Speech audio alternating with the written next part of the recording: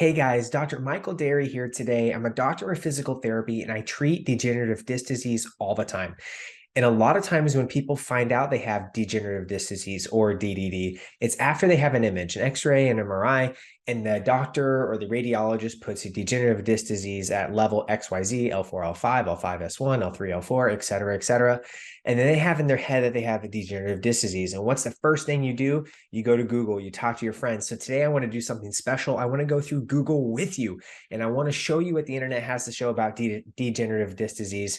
But when we think of your body, and the people who work on your body to improve your pains and symptoms, you want to talk to those people about those diagnoses and how it can impact your outcome, because most of the time people don't care if they have degenerative disc disease and no symptoms. It's when you have pain and limitations. And so when you start to have pain, you get that imaging, you go see your doctor, it shows degenerative disc disease, you go to Google, this is what you find. Let me go through with you. I'm going to help clear the weeds, find out really what it is, and a little caveat to your recovery. So guys, make sure you subscribe, leave some comments in the description, and here we go. Recording right now, I want to do a little overview. So when you guys found out you have degenerative disc disease, you normally go to Google right away, and there's nothing wrong with that, but I wanted to go to Google with you. So the very first hit here is spinehealth.com. And let's go over what they say about degenerative disc disease. And so simply put, degenerative disc disease refers to symptoms in the back or spine caused by wear and tear in the spinal disc. And so symptoms are what you're feeling, and the most common areas are your neck and lower back. And so degenerative disc disease also causes weakness, numbness, and hot shooting pains. May or may not be true at all. Like degenerative disc disease and radicular pain do not always go together. Do not have that stuck in your head. That is absolutely not true. And what this image is showing here, that the disc right here, that those little fibers that you see right there, that's called your annulus, and that helps keep the disc material in. But that annulus also provides you with stability and mobility of that disc as you move your vertebrae up and down on each other. So for example, bending forwards, bending backwards.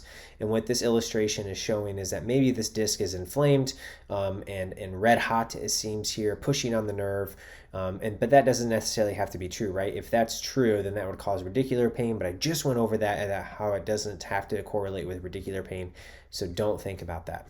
What I love about this post here and what I want to focus on is degenerative disc disease is a misnomer, and that it just simply implies that symptoms will get worse with age, but that's not true. So symptoms does not mean the same thing that they find on the images or MRI, and that's worth noting, in that the MRI or X-ray may show crazy bad symptoms, but the MRI doesn't have to correlate with your pain. And so you may feel fairly well, but you've had degenerative disc disease for years, or you may have a flare up and your back is angry at you with just mild changes in your back, but they may feel really, really bad. And so what's really, really interesting is that a lot of people disagree, and the literature shows that, you may have degenerative disc disease, but it doesn't mean that you need to be diagnosed with it, because it's just a normal sign of aging. And really, what is the definition of degenerative disc disease or DDD is that it is just aging. We know that it increases over time. Your prevalence increases over time, and the showing of X-rays and MRIs will show that your disc will get smaller over time, and they become less resilient over time. And really, it just means that things are changing.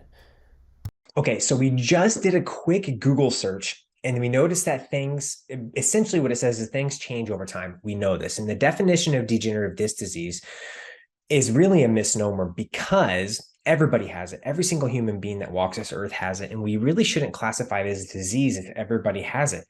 That's not right. It's just a normal sign of aging. So what is disc degeneration or degenerative disc disease?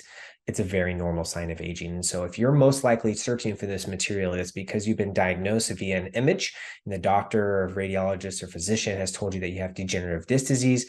But is that actually causing your pain? We don't know. Everybody has degenerative disc disease, and it may or may not cause pain. What I would think in my head that you should do next is really limit your Google search. If you can just change your definition to just normal sign of aging, and then take your signs and symptoms and present them to somebody that treats this all the time and gets people back to doing what they love to do with less discomfort, unbiased towards physical therapy.